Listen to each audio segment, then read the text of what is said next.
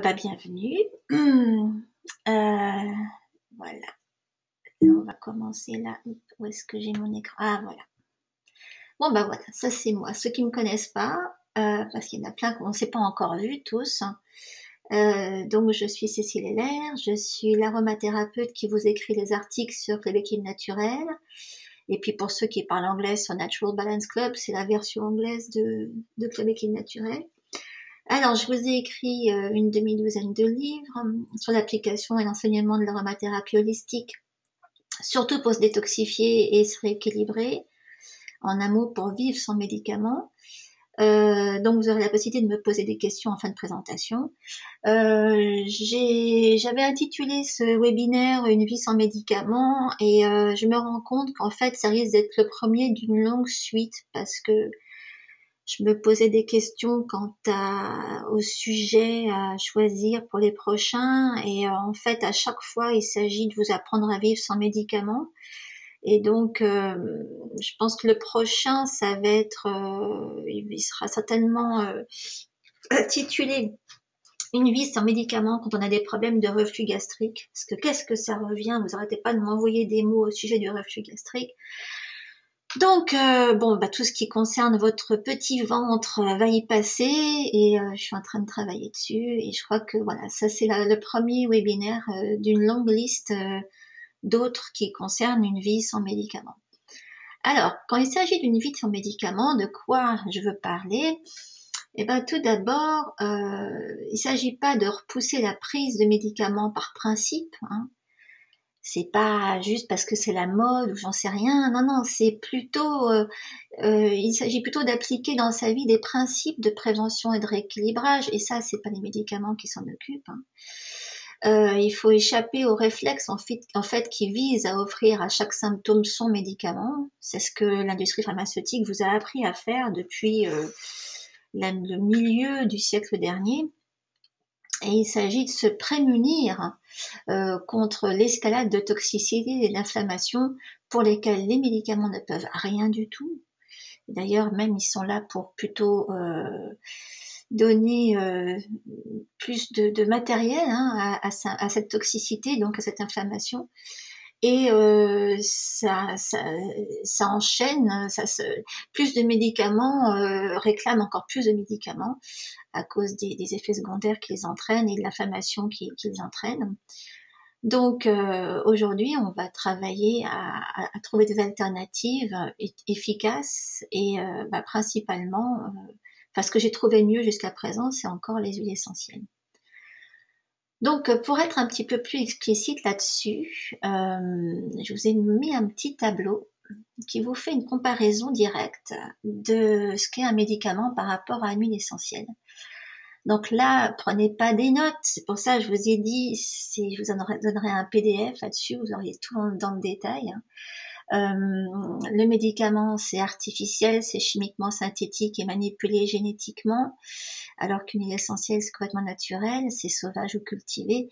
Bon, tout ça, c'est pour vous montrer que on a fait beaucoup de progrès, évidemment. On a essayé de rendre le plus disponible possible des principes actifs qui étaient à l'origine disponibles dans la nature. Et puis, on a isolé les molécules, on les a patentées, on en a fabriqué des médicaments. Mais le problème, c'est qu'une fois que c'est isolé et patenté et que c'est plus au sein d'un tout naturel, notre corps malheureusement ne peut plus le reconnaître et ça devient quelque chose de toxique. Et même si, alors c'est ça, c'est que le médicament vous fournit 1 ou 2 ingrédients actifs, alors que dans une même huile essentielle, vous en avez des centaines qui participent à un équilibre. C'est-à-dire que ceux qui ont déjà mis le nez un petit peu dans tout ce qui est holistique savent sans doute que la santé, c'est un tout, c'est-à-dire que c'est une association de différents principes qui communiquent, c'est une sorte d'énorme jeu de dominos. Si un organe est déséquilibré, les autres vont le devenir, hein, il y a des grandes chances.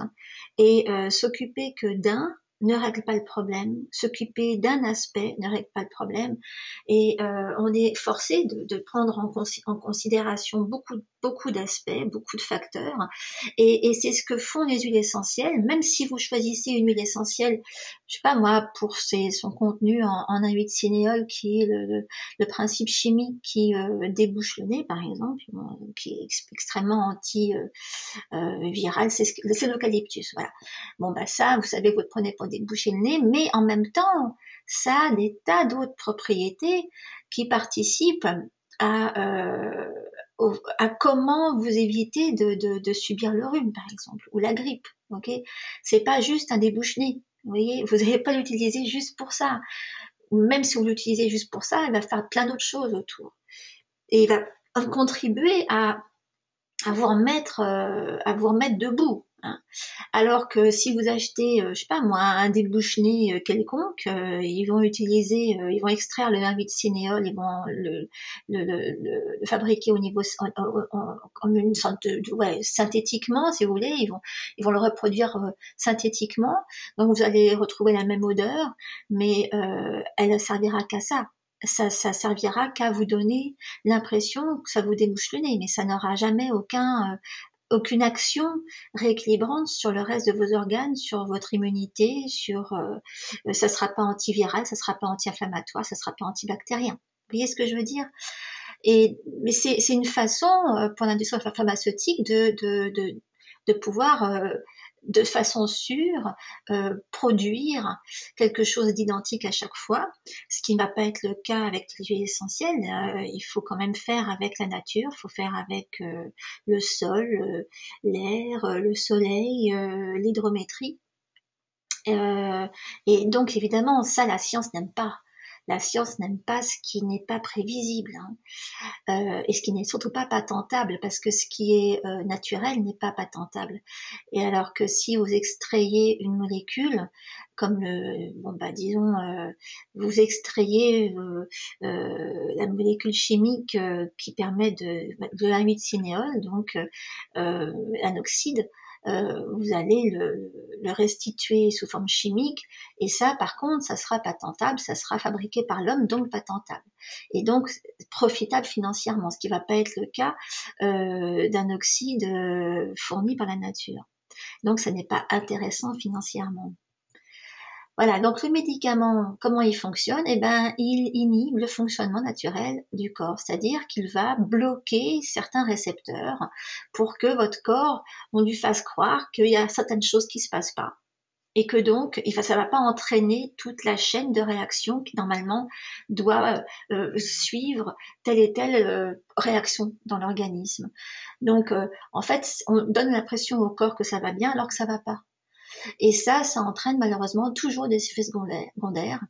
On va faire croire qu'il n'y a plus de virus alors qu'il est encore là. On va faire croire qu'il n'y a pas d'inflammation alors qu'elle est encore là.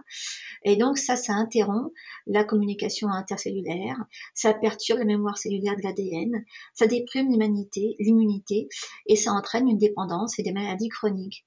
Ce qui n'est pas le cas avec une huile essentielle, puisque ça fait tout le reste. L'huile essentielle va uniquement aider l'organisme à fonctionner comme il devrait. Et c'est encore une fois, bon ça je le répéterai régulièrement, mais ça va être basé sur une forme de détoxification, parce que tout ce qui vous arrive à tous les niveaux, même la dépression, tout ce qui est émotionnel, que ce soit émotionnel ou physique, ça arrive toujours parce qu'au départ il y a eu une forme de toxicité, toujours. Et cette toxicité va va réclamer que le corps manifeste de l'inflammation pour se débarrasser, pour éliminer ce qui est toxique. Donc l'huile essentielle, elle va restaurer les fonctions naturelles du corps sans entraîner d'effets secondaires. Elle va être antivirale, antitoxique, anti-inflammatoire, antifongique. Enfin, la liste est très très longue. Hein. Ceux qui suivent ma formation Aroma Pro le subissent parce qu'on est en train de quand je leur présente, ils n'ont pas encore accédé au module 2 dans lequel je leur en parle, mais ils vont souffrir là parce qu'on va parler de tout ça. On décrit l'étendue de l'action de chaque huile essentielle et ça fait presque peur. Et encore, je réduis. Mais donc ça va très loin au niveau de l'action générale jusqu'à corriger, restaurer la mémoire cellulaire. Donc ça agit très très loin. Tout ce que vous trimballez de génération en génération, ça agit dessus. Ça vous construit l'immunité et ça vous permet de récupérer votre indépendance et votre équilibre. Quand je parle d'indépendance, c'est évidemment l'indépendance par rapport à des substances dont vous n'avez pas besoin.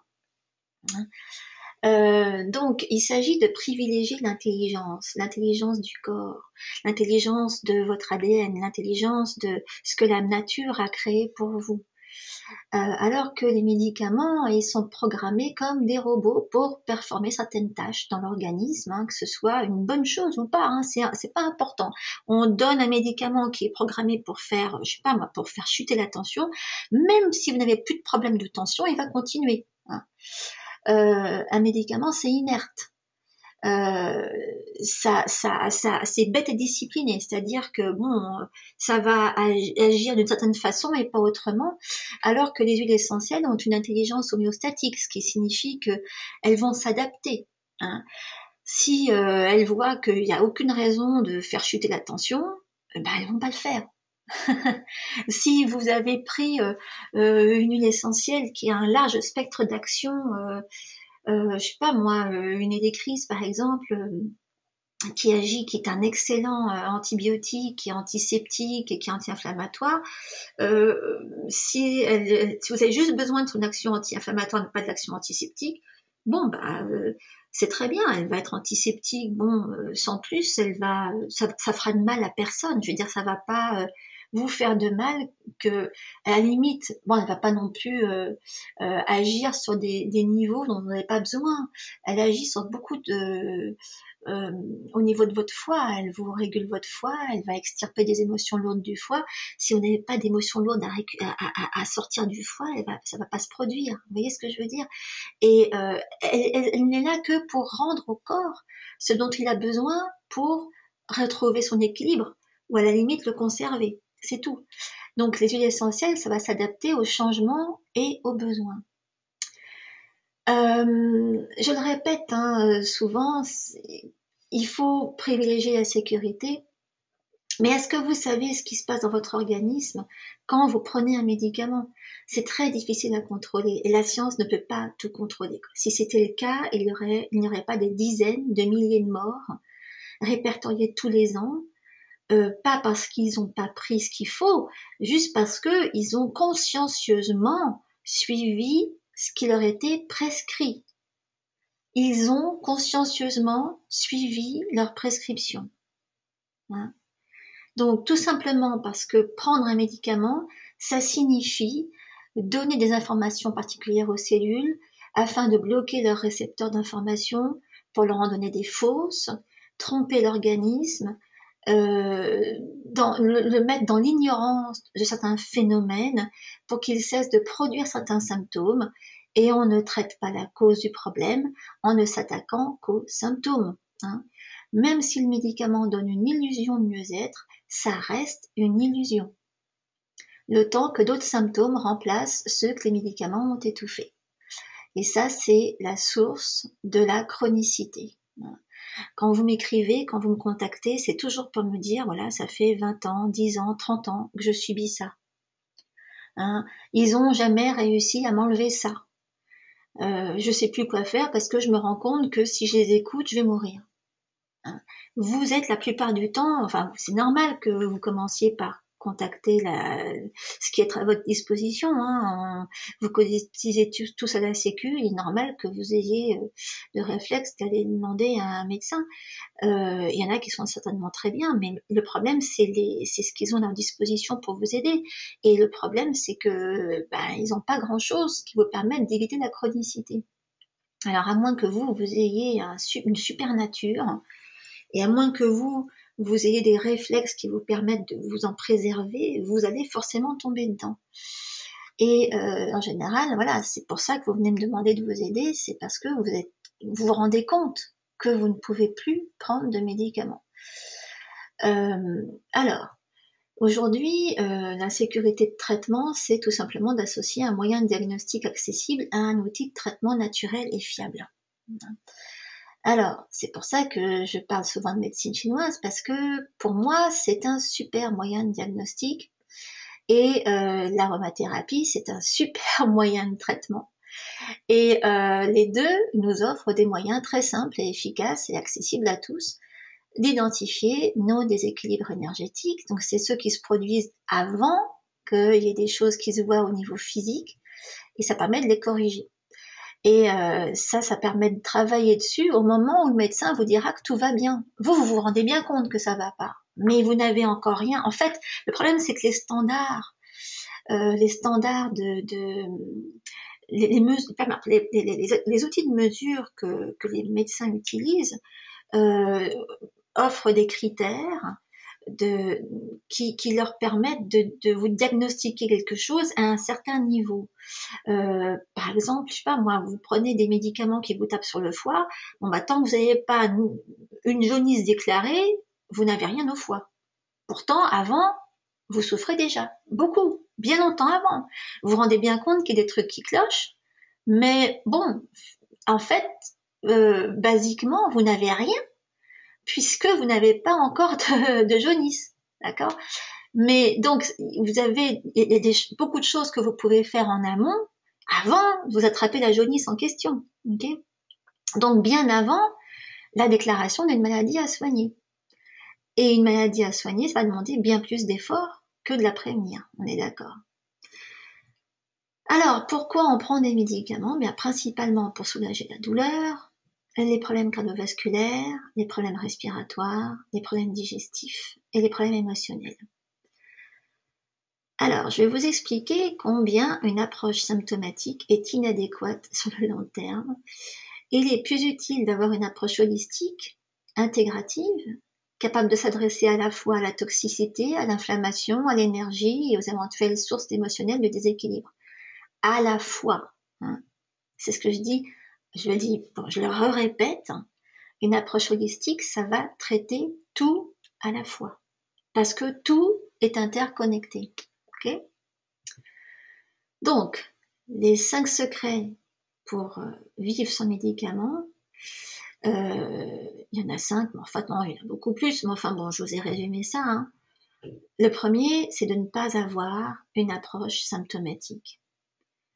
Il faut aller à la recherche de la cause. Il faut considérer le déséquilibre comme un jeu de domino interconnecté. Il faut reconnaître les mots ou mots émotés du corps et les entendre.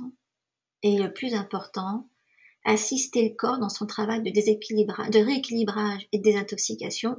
Et c'est ce que je vous disais tout à l'heure, c'est que il y a toujours une toxicité à la base. Donc concrètement, quels sont, selon vous, des cris du corps que les médicaments sont programmés à étouffer? Je suis sûre que vous en avez, que vous le savez. N'importe quel symptôme, hein, tout simplement. Hein. Comment vous pouvez les comprendre et les identifier? Alors, dans cette présentation, j'utilise des exemples, des vrais exemples. Et là, j'ai choisi le mail d'une maman au sujet de son fils et de ses problèmes respiratoires. Je pense qu'il y en a pas mal qui vont se reconnaître dans cette lettre. J'ai choisi quelque chose qui permet qui s'adresse à beaucoup de personnes. Donc on y va. Donc j'ai simplifié, hein, j'ai réduit parce que c'était beaucoup plus long que ça. Donc c'est quelqu'un qui a mon livre L'essentiel de l'équilibre et elle a une question. Son fils de 2 ans a une rhinopharyngite qui dure. Et donc elle lui donne pas de produits laitiers ni de gluten, etc. Bon, par contre, elle peut pas tout le temps contrôler ce que sa nounou lui donne. Et elle lui donne une synergie d'huile essentielle. Elle donne quelques gouttes d'eucalyptus radiata avant la nuit, des petites choses comme la tisane de thym, se moucher souvent. Mais ça traîne. Est-ce que j'ai un remède miracle pour soigner ce petit et les autres et autres, si aussi savoir, voilà, et savoir si en énergétique, qu'est-ce que ça signifie, etc. Oui, parce que dans l'essentiel de l'équilibre, en fait, je donne les deux. Je donne l'approche de la médecine chinoise pour identifier ce qui va pas et l'aromathérapie pour traiter tout ça. Alors, qu'est-ce qui se passe? Donc elle me demande un remède miracle. Ben il n'y en a pas. Mais bon, on va voir ce qu'elle nous dit. Donc elle nous dit nez bouché tout grasse, Donc elle a compris que les produits laitiers sont créateurs de mucus et qu'il faut les éviter pour limiter les symptômes. En fait, ça vient toujours du ventre. Dans l'essentiel de l'équilibre, je l'explique, les problèmes respiratoires viennent de votre ventre. En médecine chinoise, le méridien du côlon et le méridien du poumon sont frères, ils sont associés tous les deux et on soigne l'un avec l'autre. On va pas essayer de débarrasser quelqu'un d'un problème respiratoire sans s'occuper de son ventre.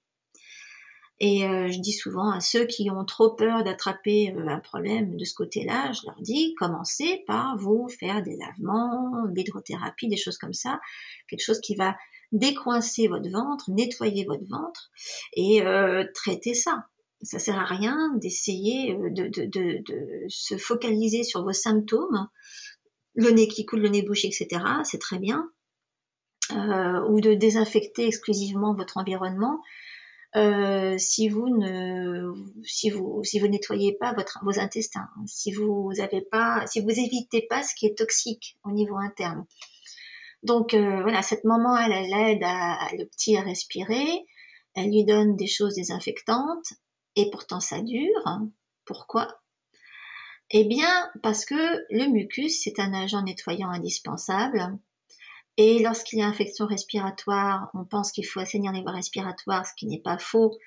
Et pourtant, les Chinois, donc c'est ce que je vous disais, connaissent le lien entre les infections respiratoires et l'encombrement du ventre. Et un système digestif défectueux, va maintenir une forme de toxicité interne et de l'inflammation. Et pour stopper ou aider un rhume quel qu'il soit, il faut soulager le système digestif. Et et pour ça, voilà, il y a plus il y a matière à évacuer, plus le corps fabriquera de mucus qui devra s'écouler à l'extérieur du corps. Et en toussant, en se mouchant et parfois dans les selles, il faut que ça sorte. Ça, c'est un signe qu'il y a des déséquilibres à corriger et souvent dans les intestins. Et le mucus attire les virus. Sans mucus, il n'y a pas de virus. D'accord? En fait, il y a des virus. Mais le mucus, je veux dire, si vous n'avez pas de mucus, le virus, il s'en fout, il n'est pas intéressé, il passe son chemin. Le virus, il s'installe chez vous parce que vous avez du mucus. Okay? Et si vous avez du mucus, c'est parce que vous avez des toxines à évacuer. Vous avez du mucus parce que votre corps s'est dit, bon là, il y a des choses qu'il faut nettoyer, on fabrique du mucus pour véhiculer ces toxines à l'extérieur. Ok?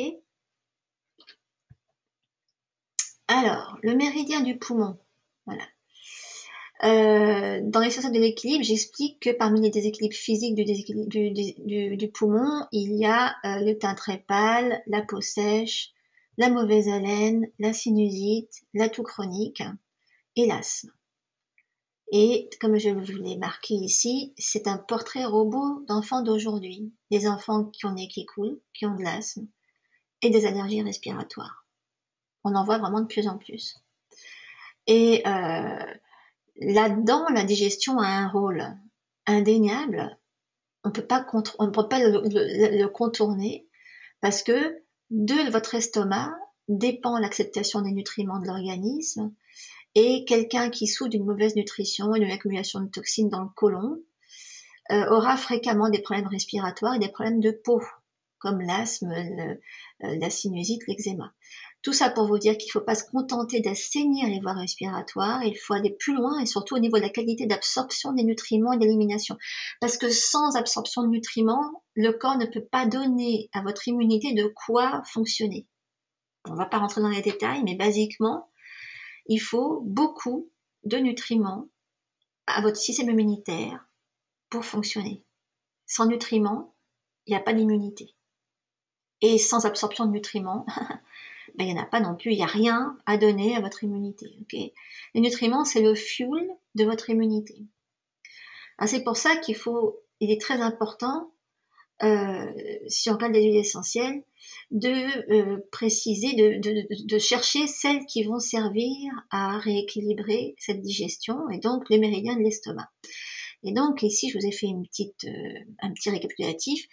Pour travailler sur la respiration, il faut travailler sur la digestion et donc choisir des huiles comme l'amande poivrée, le gingembre, le fenouil, la lavande et le basilic qui sont toutes des huiles de la digestion, mais aussi des huiles de la respiration.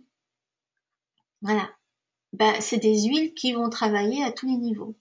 Et donc, traiter par la respiration passe par la digestion, l'absorption, la capacité à assimiler, et ces huiles-là vont vous y aider.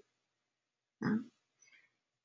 Voilà, donc il faut assimiler pour respirer. Et pour assimiler, il faut s'assurer que le côlon n'est pas encombré, qu'il ait suffisamment d'eau pour absorber les nutriments et pour faciliter l'écoulement des toxines vers le mucus.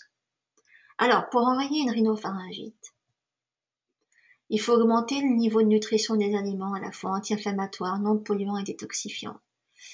Et mon premier choix va avoir les jus de légumes, hein, qui permettent qui sont instantanément absorbés, hein, qui fatiguent pas le système digestif, et permettent de à la fois reminéraliser et nourrir et détoxifier et hydrater. Et il faut rééquilibrer les poumons, le côlon, l'estomac en passant par des points d'acupression avec un mélange d'huile essentielle. Et là, je vous en donne, je vous en ai donné avant. Hein. Donc, on va choisir parmi des huiles qui rééquilibrent chaque méridien et qui agissent sur la fluidification du mucus, sur diverses sources possibles d'infection comme la candidose, les virus et les bactéries. Donc, un exemple de traitement, on va procéder par étapes. Dès qu'il s'agit de traiter la gorge, il faut choisir le thym vulgaire ou un autre thym, parce qu'il purifie les poumons et les muqueuses. Il est antibactérien, antifongique, anti-infectieux et fébrifuge. Et on va le choisir en infusion et en huile essentielle. Ça, c'est ce qu'a oublié la maman. Elle a préféré que les infusions, alors que en huile essentielle, ça décuple, mais qu'est-ce que je dis? C'est au centuple que ça agit plus fort qu'une infusion. Et bon, on va aussi évidemment choisir l'eucalyptus radiata qu'elle avait choisi parce que c'est un bon choix pour les enfants, mais il n'agit pas sur le système digestif et donc le radiata est insuffisant. Si on regarde la page consacrée au méridien du poumon dans les santé de l'équilibre, on trouve le thym associé au cyprès, qui est indiqué pour les laryngites, les toux spasmodiques. On y trouve la sauce clarée, qui agit sur la constipation et la sécrétion mucosique des intestins. On y trouve le sel de l'Atlas, qui agit sur les toux chroniques, l'excès de mucus, les bactéries et surtout sur le candida. Je ne vais pas m'étendre là-dessus aujourd'hui, mais c'est clair que le candida des enfants, c'est une des meilleures sources de chronicité des problèmes des voies respiratoires. Donc, est-ce que vous comprenez toutes ces associations? Il faut vraiment penser à tout. Je sais, ça prend du temps, ça prend de mettre le nez dedans, ça prend de... Bon, c'est aussi une des raisons, c'est aussi une des raisons pour lesquelles j'ai créé AromaPro, hein, c'était parce que je me rendais bien compte qu'il vous fallait quelque chose de plus dense, de plus conséquent pour que vous puissiez comprendre tout ça et que vous maîtrisiez un petit peu tout ça, que vous arrêtiez d'avoir des actions uniquement symptomatiques. Hein. C'est très difficile de décroter de très très vieilles habitudes. Alors, on va revenir sur notre maman. Donc, elle a été regarder la page qui traite de la pharyngite sans prendre la peine de lire la page du poumon, alors que l'essentiel de l'équilibre, c'est ça, c'est que ça vous donne toutes les informations. Donc, elle a eu qu'une approche symptomatique au lieu d'une approche rééquilibrante. C'est pas de sa faute, hein, puisqu'on lui a habitué, c'est ce que je vous disais. Mais ce qu'un grand nombre de parents ignorent, c'est qu'il faut aider le corps à éliminer son mucus et ne pas l'en empêcher. Et s'il y a eu mucus, c'est qu'il y a quelque chose à éliminer, hein, je vous en parlais tout à l'heure, et souvent les toxines qui sont à éliminer, ce sont celles qui sont produites par une surcroissance de Candida albicans. Donc il faut encourager cette détox et il faut assécher il faut assécher le candida et pas assécher le mucus. Si vous asséchez un nez avec des médicaments, vous déroutez simplement le travail et vous limitez. Donc, il faut éliminer les toxines au niveau des bronches, des intestins et des oreilles, sans cet acharnement à ne pas encourager la détoxification de l'organisme. Hein. qui bon voilà va faire baisser les bras et fabriquer une maladie dégénérative. C'est clair que plus vous enlevez ces moyens à l'organisme, plus il se demande comment il va se manifester pour que vous compreniez enfin ce qu'il veut dire avec les symptômes et enfin que vous trouviez un moyen de réagir. Bon, évidemment, l'organisme au départ, il n'a pas, je veux dire, on n'a pas été fabriqué avec dans l'idée qu'un jour quelqu'un allait mettre au point des moyens de clouer le bec à notre corps. Hein. Ça, c'était en plus. Donc, et puis évidemment, l'industrie pharmaceutique n'a pas forcément que à l'esprit l'idée de d'aider votre corps à s'exprimer et à ce qu'on le comprenne et à l'aider. Hein. C'est pas tout à fait ce qui a, c'est pas tout à fait le but des médicaments. Donc vous devez identifier la toxicité. Alors en ce qui concerne les problèmes émotionnels, on va procéder de la même façon. On va regarder le même exemple. Alors on sait que ce petit garçon, il a une rhinopharyngite chronique. Son système immunitaire a mal. Alors qu'est-ce qu'on en déduit? De toute façon, il a certainement une candidose chronique parce que son système digestif est sûrement intoxiqué, défaillant, avec un mauvais transit. Donc, dès que le transit est mauvais, les toxines restent à l'intérieur et la plupart du temps finissent par être réabsorbées au niveau du côlon, donc retournent dans le système et donc entretiennent la chronicité, la toxicité. Et donc, toute l'immunité en souffre. Okay. Alors, on peut pas parler de ce que ce petit garçon a sans parler de rate, hein, étant candidose. Le méridien de la rate, bon, tous ceux qui m'ont eu en consultation vont peut-être rigoler parce que c'est un truc que je leur dis souvent, c'est vous avez une rate à 0. Et c'est vrai que la pauvre rate, quand quelqu'un souffre de candidose, elle est à 0. Mais c'est au niveau énergétique, hein, c'est pas votre organe, hein, heureusement. Donc ce méridien est toujours déséquilibré en cas de candidose. Et c'est pourquoi les personnes qui souffrent de candidose ont souvent en commun les signes de déséquilibre émotionnel qui s'y rapportent. Donc un méridien de rate déséquilibré, ça se reconnaît à la dépression, à la vie dans un monde irréel, à un manque de sens de l'humour, à un sentiment d'être rejeté, hein, à quelqu'un qui va cacher ses sentiments, qui est anxieux, qui est égocentrique. Bon, ça c'est juste pour en citer quelques-uns, il y en a encore bien plus. Mais ça va ensemble. Alors évidemment, si vous êtes toxique et que à cause de ça, vous avez une rate à 0 et qu'en plus vous faites une candidose, vous allez avoir plein de problèmes psycho-émotionnels. Et si vous prenez là-dessus des médicaments qui vont accroître votre toxicité, je vous explique pourquoi, ça vous explique pourquoi vous allez entretenir une magnifique chronicité de tout ça. Donc, les émotions du poumon se joignent à celles de la rate en général, et un poumon défaillant au niveau énergétique, ça va se montrer par une tristesse, procrastination, mauvaise écoute, ennui, dépression. Vous voyez, c'est encore de la souffrance émotionnelle.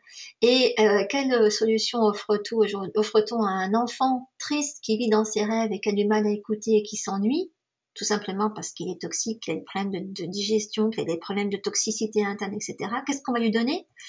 Eh ben, un bon antidépresseur, des séances chez un psy ou de la Ritaline. Hein, en ce moment, il y a de plus en plus d'enfants en France qui se font droguer à cette cochonnerie, tout simplement parce qu'ils ont des problèmes d'attention, alors que si on s'occupait de leur rate, de leurs poumons, entre autres, surtout de leur intégrité intestinale, subitement, ils n'auraient plus rien. Le rééquilibrage du poumon et de la rate, avec les bonnes huiles essentielles, qui traiteront en même temps ces faiblesses immunitaires, c'est aussi efficace et ça a l'avantage de le guérir à long terme. Alors, est-ce que vous voyez comme c'est simple tout ça? Évidemment, ça vous paraît peut-être pas simple quand vous n'êtes pas habitué à tout ça, mais il faut se déshabituer d'autre chose et de se réhabituer à quelque chose de neuf. Hein. Donc, en tout cas, il faut s'habituer à... Si vous voulez vivre sans médicaments, il faut s'habituer à autre chose. Donc, la douleur. C'était le prochain sujet. Voilà. Donc ça, c'est une lettre que j'ai reçue encore à ce sujet. Et voilà, une maman qui me dit qu'elle a une fille de 10 ans qui, depuis qu'elle est née, ne va pas bien, qui a fait un œdème après avoir mangé 2 petits Suisses. Ils ont fait plein de tests, hein. Elle a de l'eczéma partout, elle pleure souvent, elle dort pas beaucoup, et plus elle va grandir, plus c'est compliqué. Et donc c'est une petite fille qui est très émotive, qui est stressée, qui est angoissée, qui supporte pas les odeurs, décèle des odeurs qu'on ne sent pas. Elle a mal à la tête et au ventre du matin au soir. Elle mange de tout parce qu'elle n'est plus allergique, parce qu'elle a fait un bilan médical. Donc moi, quand je vois ça, j'ai toujours une petite lumière rouge qui s'allume, parce que dans la tête des parents, l'allergie, c'est une chose, mais on ne sait pas de quoi ils parlent avec ça, avec cette histoire d'allergie. Donc elle a eu scanner, ophtalmo, test allergique, etc., qui n'a rien donné. Le pédiatre a conclu que c'était nerveux, c'est normal, toujours. Et ils ont fait des séances de psy. Et maintenant, la maman se dit que, bon, ben, comme ça va pas vraiment mieux, elle s'est dit que ça pouvait venir d'un problème lié au foie ou surtout au candida. Voilà. Alors, ce qu'il faut comprendre, c'est que cette petite fille, elle est très émotive, stressée, angoissée, elle a mal au ventre et à la tête. On lui a trouvé des intolérances et des sensibilités alimentaires. Alors, je renvoie encore ceux qui ont l'essentiel de l'équilibre au méridien de la rate, d'habitude. Ça, c'est un déséquilibre rate évident. Allergie alimentaire, sensibilité au gluten, c'est typique rate. Sommeil agité, c'est typique rate. On lui a fait des tests d'allergie. Bon, ça, c'est l'IgE, des tests courants. Je sais pas si la maman a vraiment compris à quoi sa fille réagit. Moi, je suis pratiquement sûre qu'elle souffre de sensibilité alimentaire IgG. Et ça, c'est ce que en général, un médecin ne sait pas détecter, à moins qu'il soit très orienté nutrition. Et c'est ce qui expliquerait les maux de ventre et les maux de tête. Elle a toujours quelque chose qui réagit au niveau immunitaire, d'où son inflammation. Et quand il y a inflammation permanente, effectivement, il y a candidose. C'est vrai que la candidose pourrait expliquer l'ensemble de ces symptômes, mais il faut rappeler que la candidose, c'est pas une maladie, mais c'est un symptôme qui se raccroche à d'autres déséquilibres, comme l'intoxication aux métaux lourds, comme les sensibilités alimentaires, comme les problèmes d'hyperperméabilité intestinale qui sont une conséquence classique. Et donc, cette petite fille qui a mal à la tête, la plupart du temps, elle a une migraine, hein. Et dans ce cas-là, les méridiens coupables, tout ça c'est expliqué dans l'essentiel de l'équilibre. Les méridiens coupables, c'est le foie, la vésicule biliaire et le maître-cœur. Et à ce moment-là, dans le livre, c'est ce que je l'explique encore une fois, j'ai même un chapitre migraine. La liste classique des aliments déclenchants de la migraine, c'est important à prendre en considération. Les produits laitiers, chocolat, œufs, oranges, etc. Ça, si on les élimine, normalement les migraines disparaissent. C'est une petite fille qui est allergique au lait, au blé, aux œufs, mais qu'on a décrété non réactive aujourd'hui. Et ben moi, je peux vous dire que si on lui enlève ça, à mon avis, ces migraines vont disparaître. Et on ne cesse pas de réagir à des aliments du jour au lendemain, hein, à moins d'avoir fait tout un travail de détoxification et désinflammation. Et je pense que s'il avait été fait, ces symptômes, en tout cas, les symptômes qu'elle a aujourd'hui auraient disparu en même temps. J'ai jamais vu de problèmes de sommeil, des problèmes nerveux et des problèmes de migraines et de maux de ventre qui disparaissent pas quand on s'occupe de la toxicité et de l'inflammation. Et donc cette petite, elle est sans doute encore réactive à ces aliments, mais vu que le médecin a dit à sa maman qu'elle avait plus aucune raison de réagir, bah voilà, maman, c'est normal qu'elle écoute le médecin. Donc, ce qu'il faut aussi regarder, c'est ces migraines qui sont, donc, comme je vous le disais, sans doute un signe d'un foie déséquilibré. On sait qu'on a un foie qui souffre quand on a des règles douloureuses, une langue chargée, une mauvaise haleine, de la constipation, des hémorroïdes, de la goutte, des varices. Bon, mais aussi quand on a des problèmes de colère, quand on a de la frustration, des émotions toxiques, quand on est sujet au stress, quand on manque d'organisation. Et donc il faut prendre tout ça en considération. Et moi je serais pas surprise si on découvrait que la petite fille en question pique régulièrement des colères et que sa maman ne sait plus quoi faire pour éviter ces colères-là. Et elle doit certainement lui passer énormément de choses. Donc, ce qui doit retenir votre attention, c'est la constipation, qu'on trouve dans d'autres déséquilibres foie et vésicule, la fatigue, les allergies, les problèmes de poids. D'ailleurs, je pense qu'elle doit avoir des problèmes de poids aussi, elle n'en parle pas la maman. Émotionnellement, les envies de sucre reviennent, elle en parle, et le manque d'assimilation des nutriments, ce qui expliquerait encore beaucoup de ces symptômes. Et on peut la gaver de vitamines, tant que son méridien n'est pas rééquilibré et tant que son système digestif ne sont pas rééquilibrés, elle les absorbera pas, donc ça servira à rien. Et donc, vous voyez tout l'enchaînement auquel on arrive à partir d'un simple mal de tête. Mais bon, pour ça, il faut savoir ce qui est en jeu, hein. Donc, qu'est-ce qu'il faut faire? Eh ben, il faut éliminer les aliments auxquels on avait trouvé des réactions et qu'on n'a pas soignés, comme les œufs, le lait, le gluten. Il faut lui faire un test de la salive pour confirmer qu'elle a bien une candidose chronique. Mais enfin bon, en même temps, il suffit de commencer le régime pour se rendre compte tout de suite si ça va mieux ou pas. Donc la mettre au régime anti-candidat, ça lui soignera le foie au passage. Ça va travailler ses méridiens déséquilibrés. Il faut lui donner des huiles essentielles en conséquence. Ça, c'est entièrement expliqué dans l'essentiel de l'équilibre et dans la plupart des articles que j'ai écrits à ce sujet, hein. C'est vraiment pas difficile à faire. Alors, il y a un autre gros sujet de prise de médicaments, c'est les problèmes cardiaques. Alors ça, c'est encore une lettre de lectrice. C'est quelqu'un qui a eu des douleurs, qui l'ont empêché de respirer et qui a été envoyé aux urgences. On a pensé à un pneumothorax, on a trouvé une péricardite. Elle a été hospitalisée et très court d'ailleurs. Je trouve que c'est très court pour un pneumothorax, enfin même pour une péricardite. Et donc aujourd'hui, elle est fatiguée, elle est essoufflée, son cœur bat souvent de façon irrégulière. On l'a laissée comme ça rentrer chez elle. Bon, alors, une péricardite, c'est une inflammation qui a diverses causes. Il faut savoir que ça peut être bactérien. Si c'était le cas, j'espère que ça a été traité. Mais nous, c'est pas tellement important à savoir parce qu'on peut toujours utiliser des huiles essentielles qui sont principalement antibactériennes pour assainir l'inflammation. On peut choisir des huiles qui soient anti-inflammatoires et antibactériennes. Mais le plus important, c'est d'aller travailler sur le cœur et d'aller soigner donc les émotions.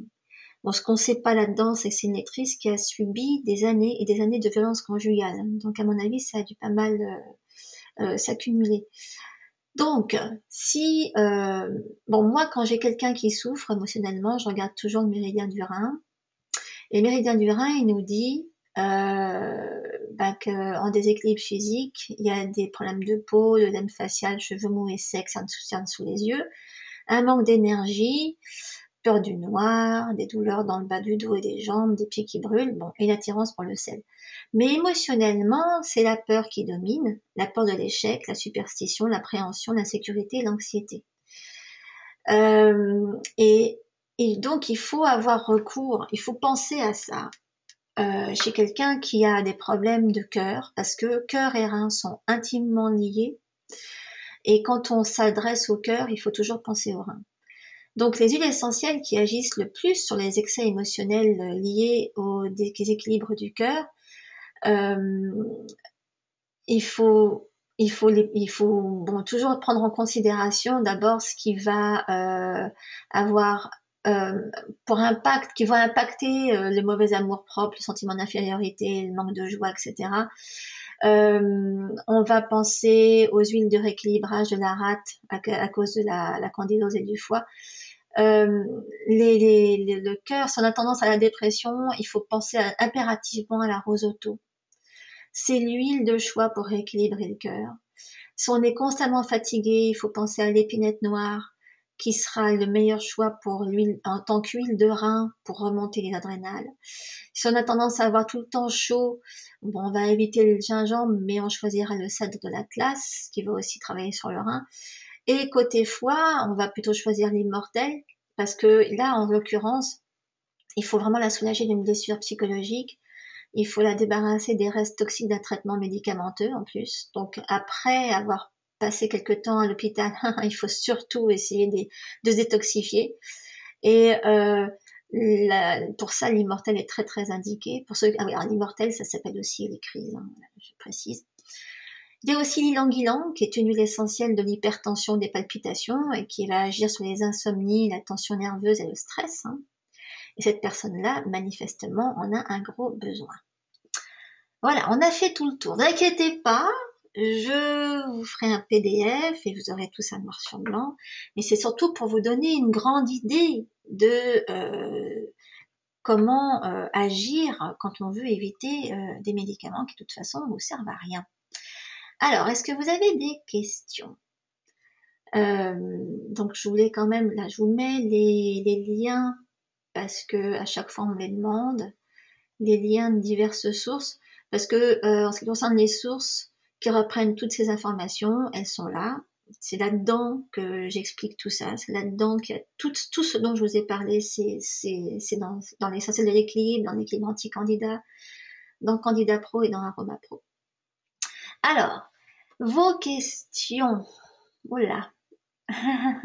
Alors, qu'est-ce que je vois là? Les slides sont trop rapides. Oui, mais c'est pas grave puisque je vais vous envoyer un PDF. Il faut que je garde du temps pour alors pour vous répondre à vos questions. Alors, allez-y. Qui c'est qui a des questions? Arlette.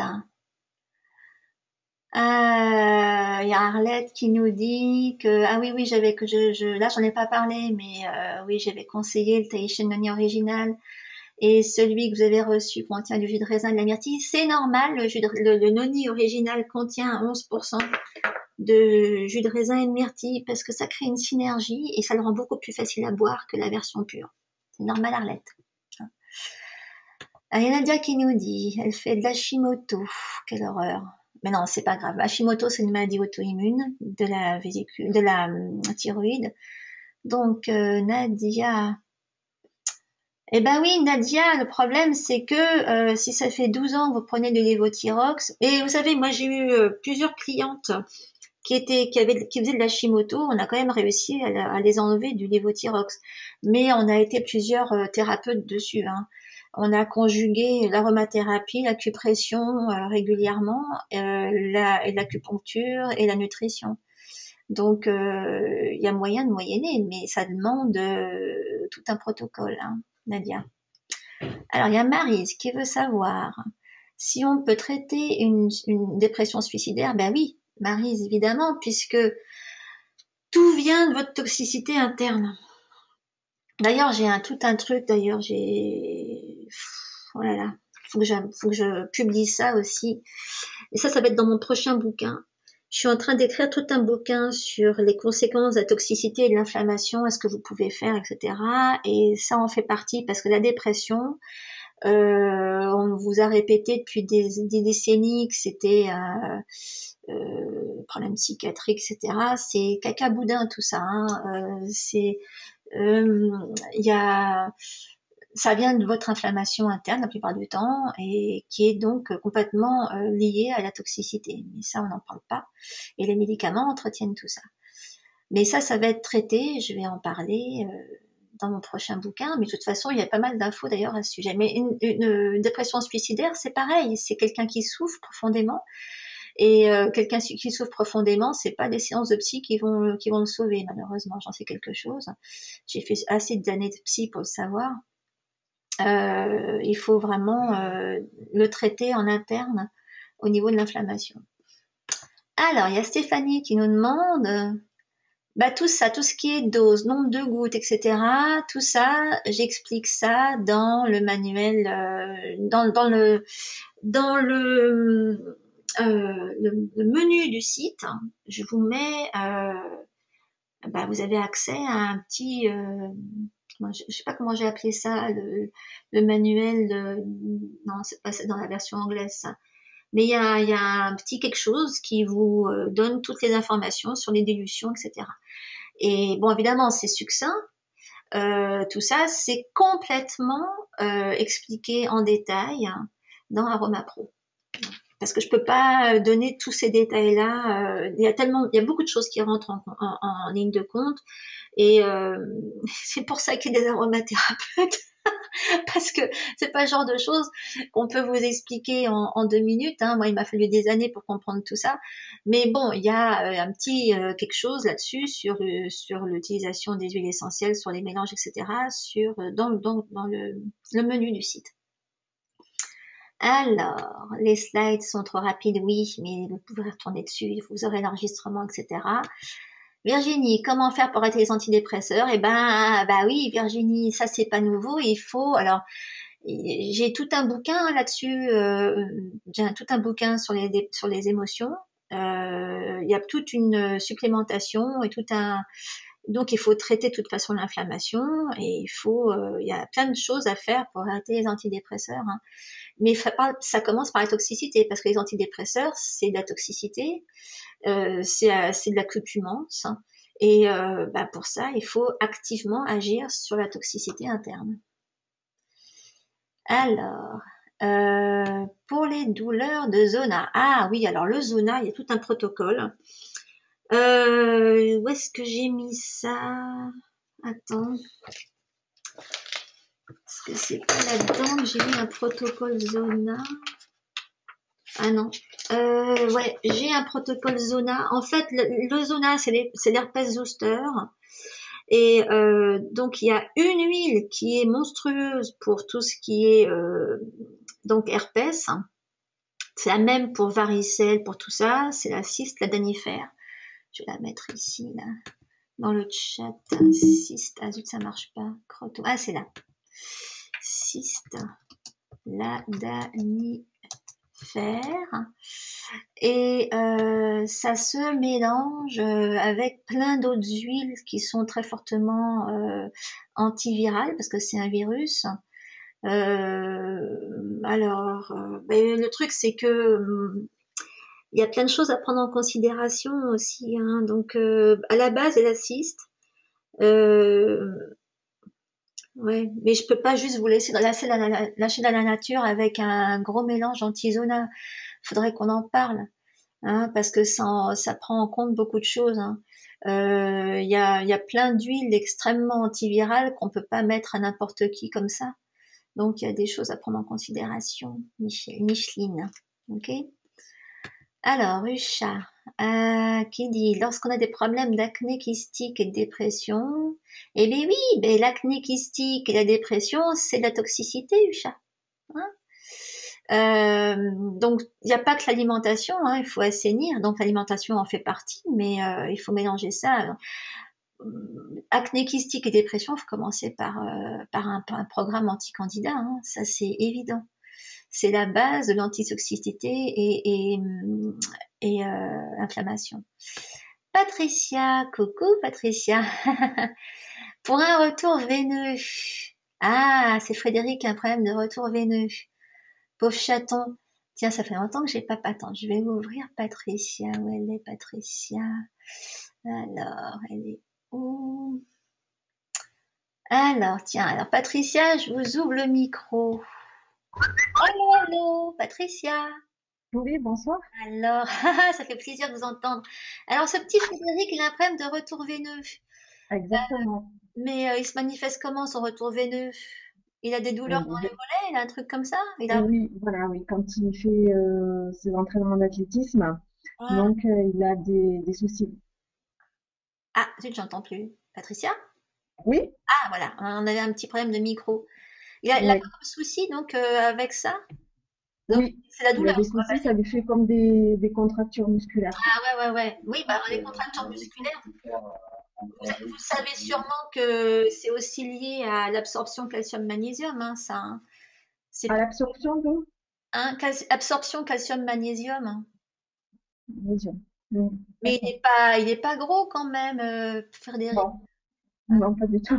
Bah oui, parce que bon, le retour veineux, alors il y a différentes approches. Hein. Il y a la fluidification du sang. Donc il y a choisir des huiles qui sont très fluidifiantes. Mais bon, ça c'est des huiles qui sont riches en méthylsalicylate et c'est des huiles antidouleurs. C'est ce que je mets dans le baume du tigre, dans le chapitre douleur. Mais il pourrait y avoir plein de trucs, hein. À mon avis, c'est plus une histoire de chute minérale qu'autre chose, hein, chez Frédéric. Chute minérale, d'accord. Ouais, plus ça que parce qu'il est pas gros, il n'y a pas de raison qu'il ait un problème vasculaire. Mhm. Et donc c'est pas comme s'il avait le poids qui bloquait ou un truc comme ça. C'est à mon avis plus un problème de minéralité. D'accord. Hein, Ouais. voilà, Ok, madame. merci Cécile. Pas de quoi. Alors, il y a Odile qui dit: il m'est arrivé d'avoir une rougeur et une chaleur intestine sur la peau, interne, attends, un test, c'est interne, qu'est-ce que, intense, ah, pardon, sur la peau après avoir mis des huiles essentielles. Ah, bah oui, mais, alors, il y a plein de choses, hein. Il y a la qualité des huiles, la qualité de l'huile de base, et il y a des huiles qui sont là pour faire chauffer. Donc, Odile, ça dépend vraiment de quoi il s'agit. Mais bon, on en parlera demain, de toute façon, comme on se voit demain, mais c'est pas forcément une allergie. Une allergie, ça va plutôt se manifester par des boutons, hein. Je pense plutôt à ça. Euh, alors, j'aborde pas la médecine ayurvédique, ça c'est Scalpa qui me demande. Non, je suis pas spécialisée là-dedans parce que la médecine chinoise c'est tellement similaire que bon, ça m'a suffi. C'est vrai que bon, je me suis penchée un petit peu dessus, mais par curiosité, j'aime beaucoup. Mais c'est vrai que bon, moi j'ai fait mes études en Chine, donc j'étais très imbibée de chinoiserie plus que d'indiennerie. Et ça veut pas dire que c'est pas bien, hein, l'Ayurveda, je suis entièrement pour, hein, mais je l'aborde pas. C'est pas moi ça, hein. Alors, Maurice, il nous demande qu'est-ce qu'il faut utiliser pour remplacer l'hormonothérapie suite à un cancer de la prostate. Alors, alors ça, de ce côté-là, j'ai un client qui est génial. Il est pas là hein, aujourd'hui, Raymond, je regarde. Il aurait pu tout vous raconter là-dessus. J'ai un client qui a réussi à le faire. Moi, j'ai mon père enfin, j'ai réussi à lui éviter l'hormonothérapie. C'est un gros foutage de gueule l'hormonothérapie avec le cancer de la prostate. Enfin bon, moi le cancer de la prostate, ça me fait un petit peu bondir parce que c'est un peu comme le cancer du sein, il y a des excès en matière de dépistage. Il y a plein de cas où il n'y a pas besoin de vous faire quoi que ce soit. Euh, il vous intoxique plus qu'autre chose. Moi, j'ai un tonton qui est mort de l'hormonothérapie et il était complètement, il avait rien à faire pour lui faire changer d'avis et il était dur comme fer avec le médecin de ce côté-là. Non, il faut absolument désintoxiquer l'organisme, hein. Il y a plein de choses. Alors, ce que je vous propose, Maurice, c'est de m'envoyer un petit mot pour que j'ai votre adresse email et que je vous mette en contact avec Raymond qui lui, alors là, il est documenté, hein. Raymond, d'ailleurs, il a laissé un témoignage. Attendons quoi, il m'a laissé ça. Je l'avais interviewé pour qu'il laisse son témoignage au niveau du cancer, je crois. Parce qu'il a un cancer de la prostate et il touche plus à rien et il va hyper bien. Il a retrouvé sa ligne de jeune homme, il a la pêche, etc. Et il est mieux qu'avant d'avoir son cancer. Donc, envoyez-moi un petit mot et je vous mettrai en contact avec Raymond. Ça répondra. C'est devenu vraiment le spécialiste, hein, voilà. Alors, Valérie. Oh ben non, alors, son fils s'est fait opérer des végétations et des amygdales. Ben, bon, alors, Valérie, c'est quoi cette histoire-là? Valérie, je vous ai muté là.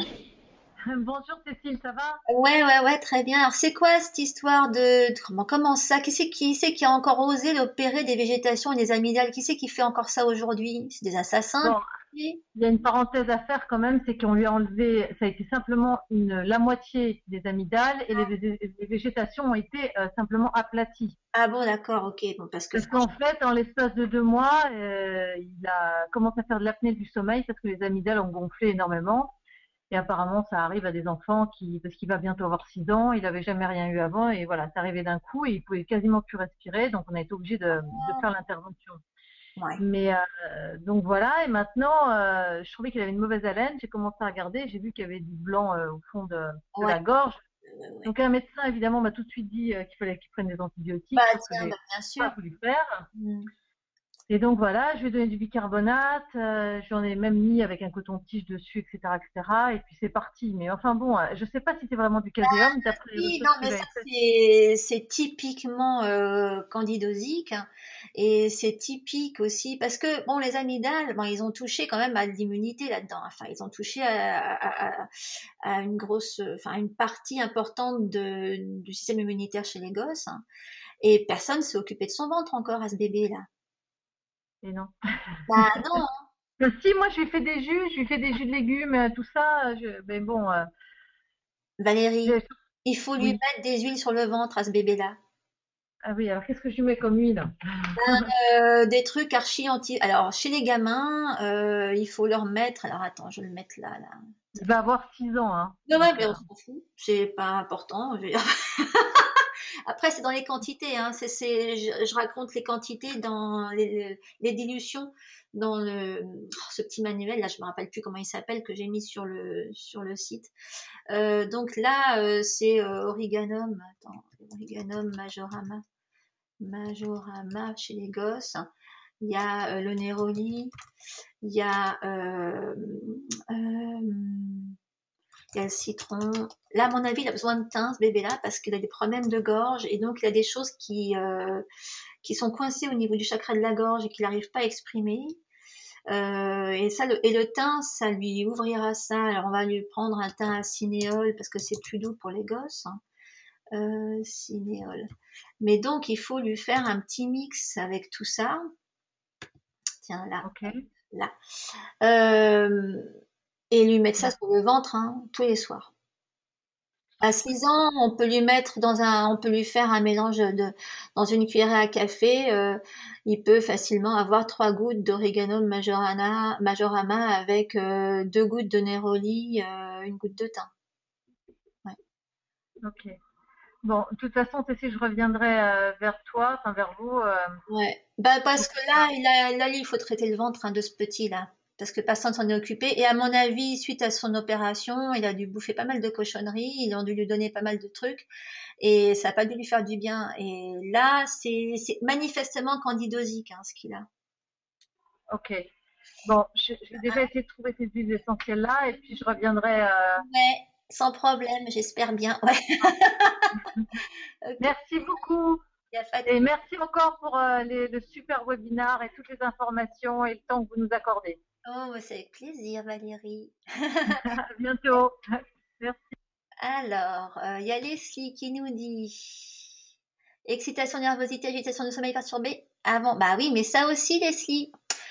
Excitation, nervosité, agitation, sommeil perturbé, ça, c'est des gamins qui ont des problèmes digestifs. Ah, c'est marrant parce que je suis en train d'écrire tout un truc là-dessus pour mon prochain bouquin. Parce que maintenant, bon, peut-être que vous avez remarqué, il y a de plus en plus de gamins qui justement sont diagnostiqués des problèmes d'agitation, de nervosité, de sommeil perturbé, etc. Et plus ils grandissent, plus pire c'est. Bon, alors il y a un tas de trucs, hein, qui sont liés à ça, mais c'est pas. Enfin, bon, je vais pas rentrer dans le dilemme, dans le gros sujet des vaccins, mais c'est pas pour rien. Et puis, encore une fois, ça vient du ventre, comme d'habitude. Aujourd'hui, des gamins qui ont des problèmes digestifs et des problèmes d'estomac, qui ont de plus en plus, et qu'on va soigner avec des horreurs comme les inhibiteurs de pompe à protons, qu'on donne aussi à des adultes. Et on a fait le lien entre ces médicaments-là et les problèmes psycho-émotionnels, comportementaux des gosses, très tôt. En fait, parce qu'on donne ces cochonneries-là même à des bébés maintenant, et donc, mais enfin bon, même sans aller jusque-là, tout ce qui vient excitation, nervosité, agitation, ça vient d'un problème de toxicité interne qui est souvent, bon, sans le savoir, transmis par la maman. Souvent, surtout s'il y a eu une naissance par césarienne, parce que la maman a pas à ce moment-là. Bon, il y a plein de choses, hein, que faut que j'écris un truc d'ailleurs là, ce sujet dans mon prochain bouquin sur comment on peut prévenir ça chez les gosses, hein, avant leur naissance. Il y a plein de choses à faire. La maman peut faire plein de choses pour éviter que son gamin naisse avec des problèmes de ventre qui vont provoquer tous ces symptômes-là. Ça, c'est de la souffrance de ventre, c'est un problème d'assimilation minérale, d'assimilation nutritionnelle. La plupart du temps, quand ils assimilent mal, ils ont des problèmes de manque de vitamine B12 qui se voient au niveau du sommeil et de la nervosité, des douleurs de ventre, etc. Il y a plein de choses qui sont interconnectées ici. Et on peut pas juste se contenter de dire bon bah il faut un truc, il faut cette huile, ou il faut lui donner ça. Ça va pas. Là, il faut vraiment trouver d'où ça vient. Malheureusement, désolée Leslie. Alors Valérie, elle nous dit, je lui ai fait des bains de bouche au bicarbonate, c'est parti, oui ça peut, oui. Bah je sais, c'est pour ça, si les bains de bouche au bicarbonate ont marché dans la gorge, Valérie, c'est que c'était candidosique. Alors, camomille romaine, oui, Leslie, bien sûr, c'est bien la camomille romaine, mais c'est pas tout. Ça va pas régler. Ça marche très bien chez les gosses, mais si c'est fongique, comme ça a l'air de l'être, faudra l'associer avec la camomille allemande parce qu'elle est beaucoup plus antifongique. Hein. Alors, Marité, pourquoi pas prendre les huiles essentielles par voie orale? Parce que tout le monde n'a pas l'estomac fait pour. Et que ça marche très bien par la peau. En plus, par voie orale, je vous dis, c'est donner quelque chose de plus à ce pauvre estomac.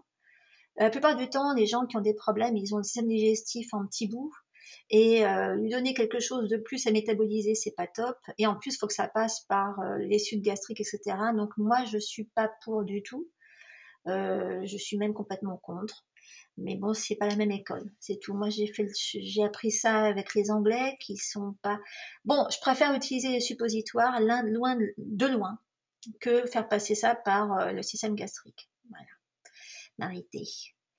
Chris qui veut savoir comment traiter un polype nasal chronique chez un asthmatique. Bon ben alors là, ça j'aime bien ça. Bah ça c'est de l'émotionnel, surtout un asthmatique. Un asthmatique, c'est du travail émotionnel. Voilà, Chris.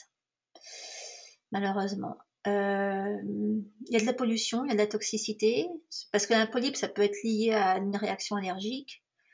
Il y a du ventre. Et il y a de l'émotionnel. Hein.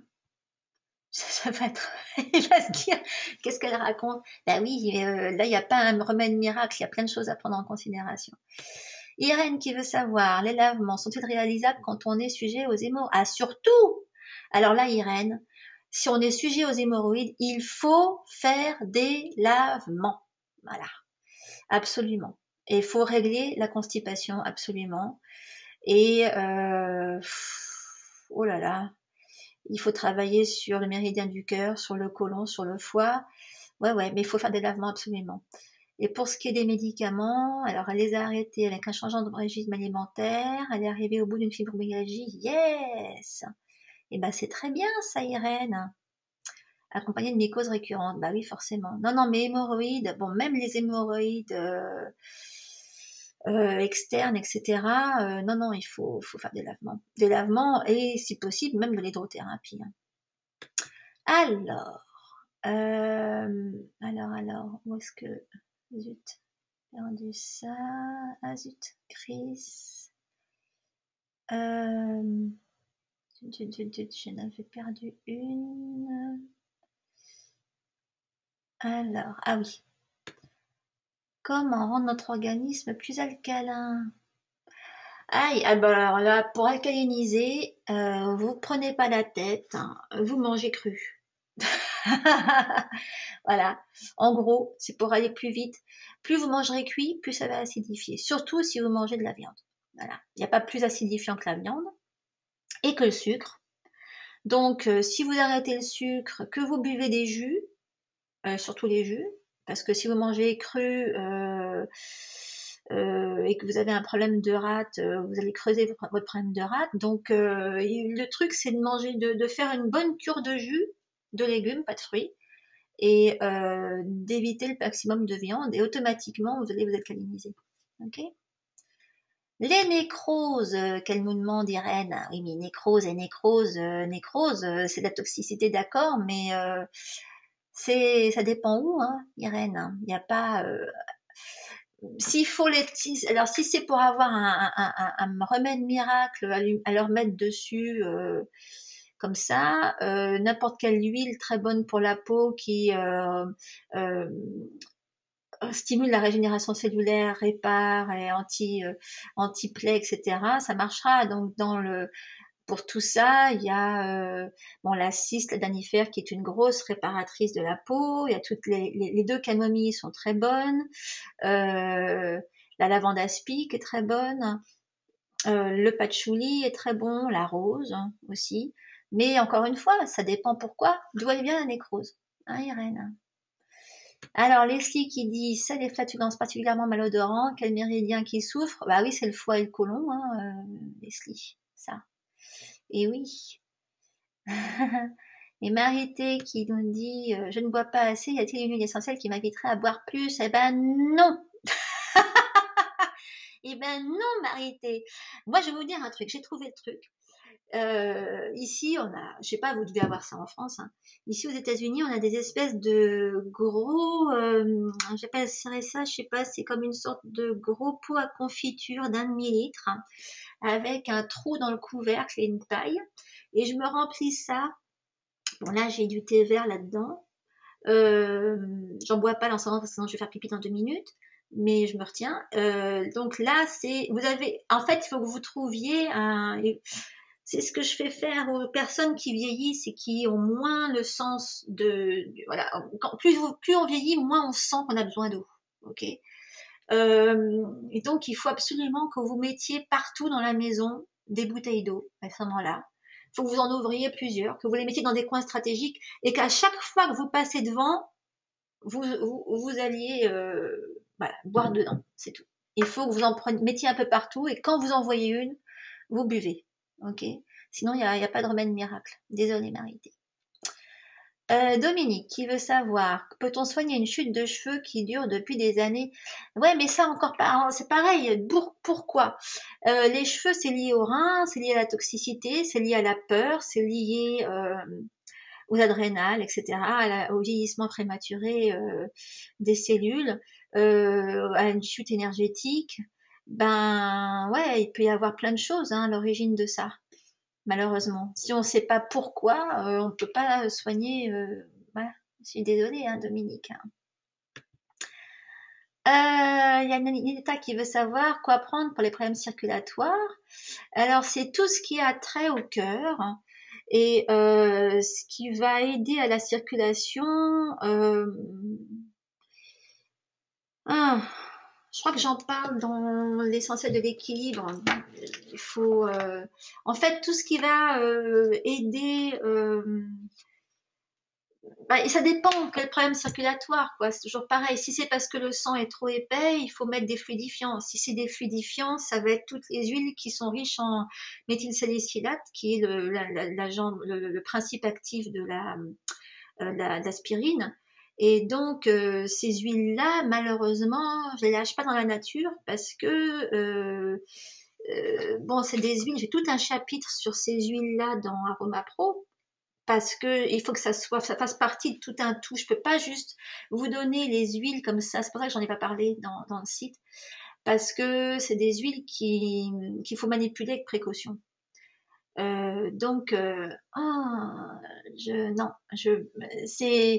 C'est le seul moyen de savoir ça, c'est vraiment de faire du sur-mesure, ok, et que je vous explique exactement comment prendre ces huiles-là, pas n'importe comment.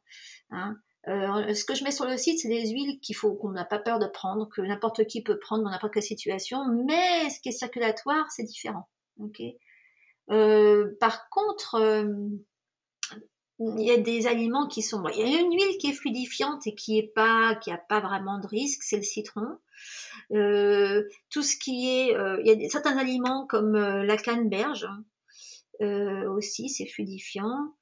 Mais bon, si vous prenez déjà une cochonnerie fluidifiante des statines, vous pouvez pas prendre n'importe quoi à côté. Il faut contrôler l'élimination des statines et votre prise de ce qui va travailler sur la circulation. Donc, vous voyez, ça se fait pas n'importe comment. Je peux pas vous lâcher dans la nature avec des conseils sur les problèmes circulatoires comme ça, sans savoir plus, sans savoir de quoi il s'agit. Hein, Yanita? Alors, Christelle, lesquelles, bon, les pensées obsessionnelles incontrôlables, ma pauvre petite, ben oui. Et ben ça, ah, Christelle, les pensées obsessionnelles, elles arrivent parce que vous êtes en pleine détox. Euh, je sais, c'est vous, tout ce que vous avez, de toute façon, c'est tellement lié aux émotions, c'est tellement lié à votre ADN que plus vous allez travailler, plus elles vont arriver. L'huile essentielle qui vraiment aide à cicatriser les émotions pénibles comme ça, c'est la cyste, encore une fois. C'est marrant, c'est vraiment un cours sur la cyste aujourd'hui. La cyste lanifère, Christelle. Ok, c'est vraiment tout ce que je peux et pour vous faciliter les choses, pour vous faire moins souffrir, c'est la rose.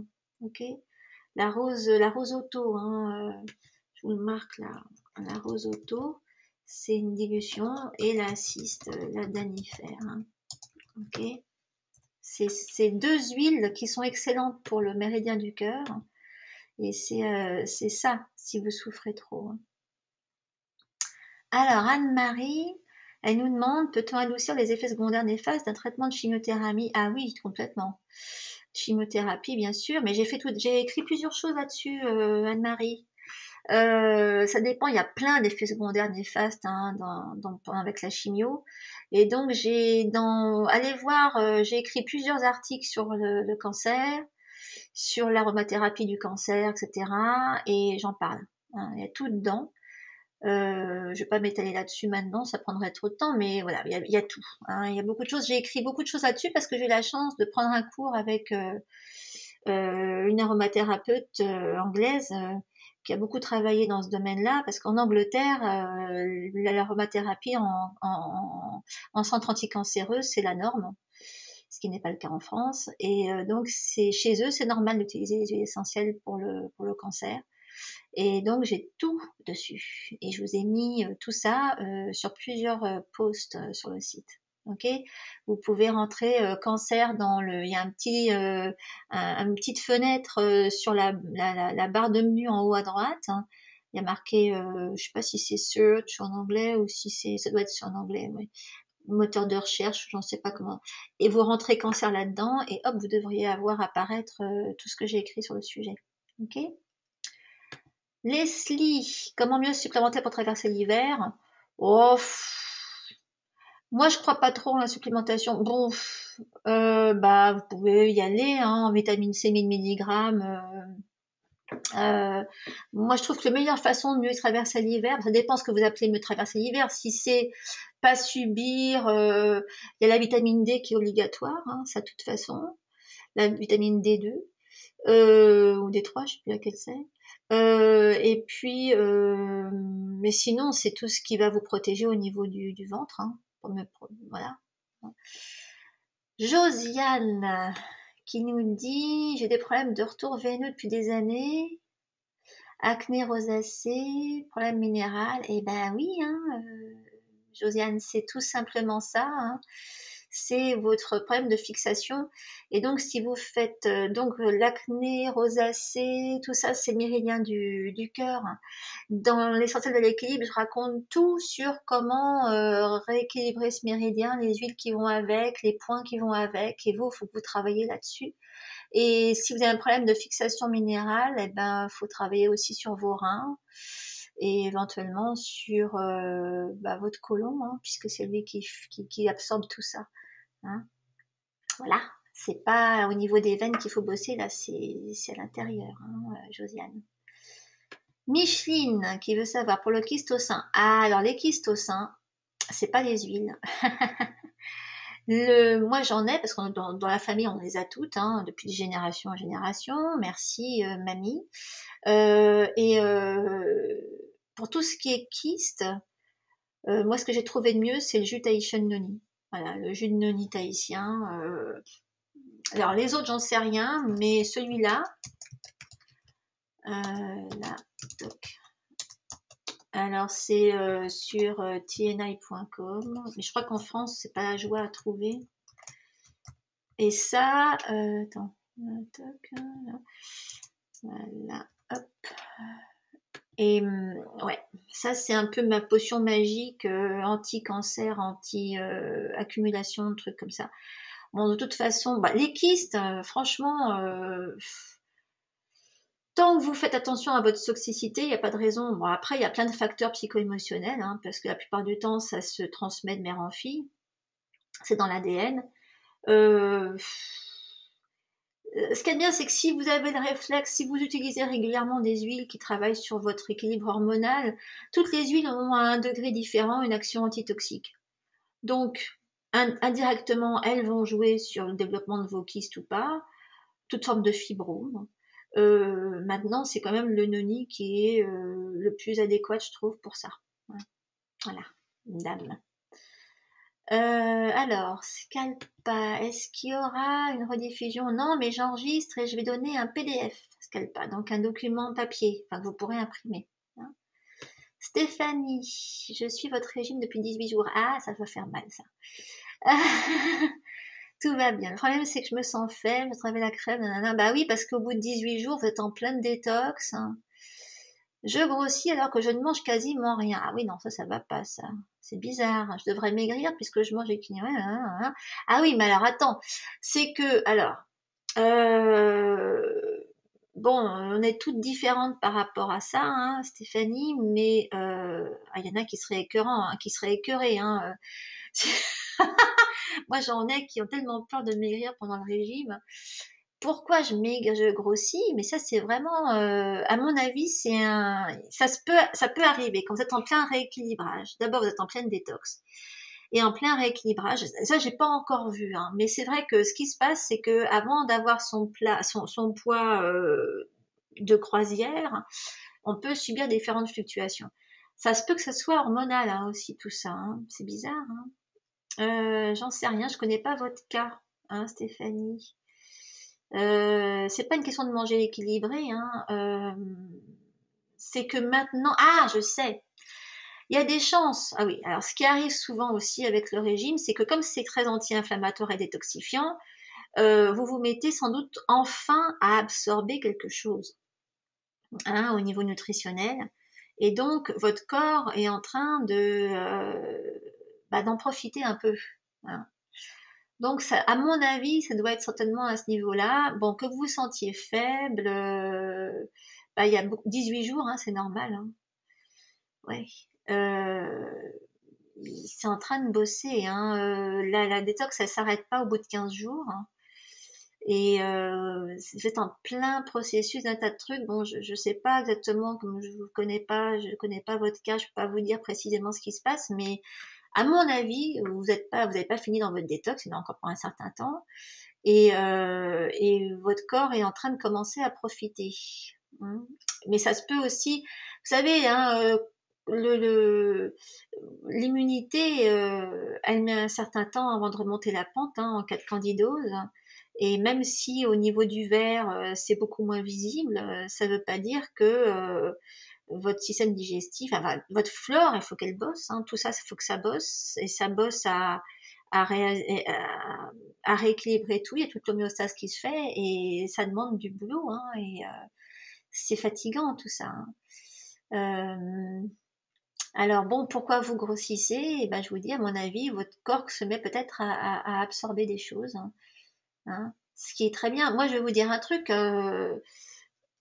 Je grossissais pas du tout, alors que je pouvais manger un tas de cochonneries. D'ailleurs, je mangeais beaucoup de cochonneries, c'est pour ça que je grossissais pas, à mon avis, pendant des années. Et du jour où j'ai finalement commencé à m'occuper de moi, enfin, c'est surtout mes profs qui sont occupés de moi, j'ai commencé à grossir.